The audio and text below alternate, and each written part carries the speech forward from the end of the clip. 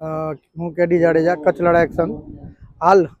જ્યારે શાળાનો વેકેશન ખુલવાનો સમય આવી રહ્યો છે ત્યારે અમને કચ્છ લડાયક સંઘને ઘણી એવી શાળાઓની ફરિયાદ મળી રહી છે કે વિદ્યાર્થીઓના રિઝલ્ટ નથી આપતા, એલસી નથી આપતા, ફી ઘણી અમુક પરિસ્થિતિઓના કારણે વાલીઓ ફી નથી ભરી શકતા. તો તંત્ર જાગે અને ખાસ શિક્ષણ અધિકારીને મને આપના માધ્યમથી કેવું છે કે એવી ગ્રાન્ટેડ જે શાળાઓ છે કે અમુક સેલ્ફ ફાઇનાન્સ શાળાઓ છે એ વિદ્યાર્થીઓને મેન્ટલી ટોર્ચર કરે છે, એમને એલસી આપવાની ના પાડે છે, એને રિઝલ્ટ નથી આપતા. ભુજની અંદર એવી ઘણી શાળાઓ, ભુજ સિટીની ઘણી શાળાઓ એવી છે કે જેના વાલીઓને અમે ફરિયાદનું કહીએ છીએ પણ વાલીઓ બિચારા ડરે છે કે અદરવાઇઝ અમે જો ફરિયાદ કરશું તો કાલે અમારા દીકરા દીકરીઓને સ્કૂલની અંદર હેરાન કરશે, એને પરેશાન કરશે. એના માટે વાલીઓ આગળ આવતા નથી અને અમારા સમક્ષ કચ્છ લડાયક સંઘને ફરિયાદ કરી છે. તો કચ્છ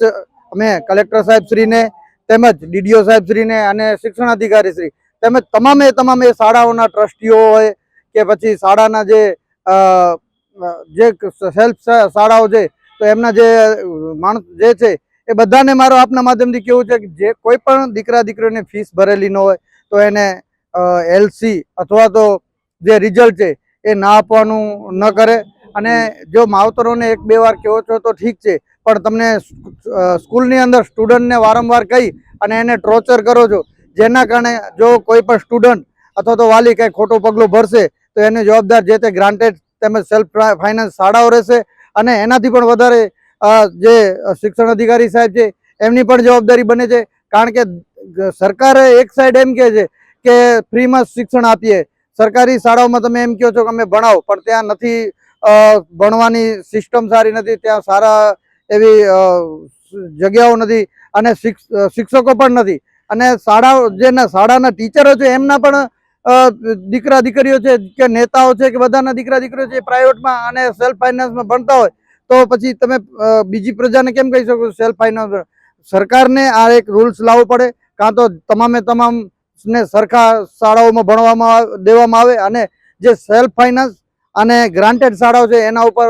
તાત્કાલિક ધોરણે કાર્યવાહી કરવામાં આવે. અને ખાસ મારો પાછો વળીને એક જ પ્રશ્ન છે કેવું છે કે જે પણ શાળાઓના ટ્રસ્ટીઓ છે કે જે પણ 2-3 શાળાઓ પ્રમુખ સ્વામીનગર છે, ભુજ આપણે બસ હોસ્પિટલ રોડ ઉપર શાળાઓ છે, 2-3 અહીંયા છે, જે શાળાઓ ગ્રાન્ટેડ છે એ અમુક જે વાલીઓને પણ પ્રેશરાઇઝ કરે છે પ્લસ